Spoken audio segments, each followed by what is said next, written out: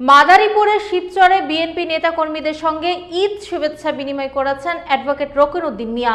বিস্তারিত থাকছে রাকিবুল হাসানের তথ্যচিত্রে।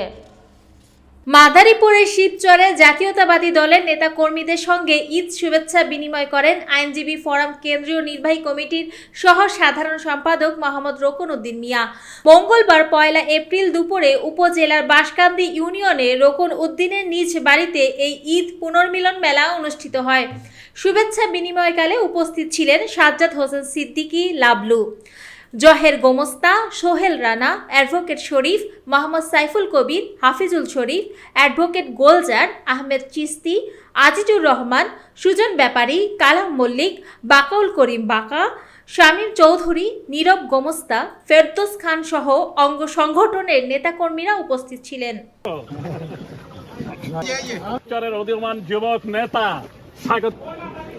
আমরা শিবচর বিএনপির পক্ষ থেকে এবং আমার ব্যক্তিগত পক্ষ থেকে এবং অত্র এলাকার বিএনপির পক্ষ থেকে আপনাদেরকে স্বাগতম জানাচ্ছি। আগামীর দিনে তারেক রহমান সাহেবের যে বাংলাদেশ, সেই বাংলাদেশের সমস্ত আনন্দকে আমরা ভাগাভাগি করে নেব ইনশাআল্লাহ ইনশাআল্লাহ ইনশাআল্লাহ।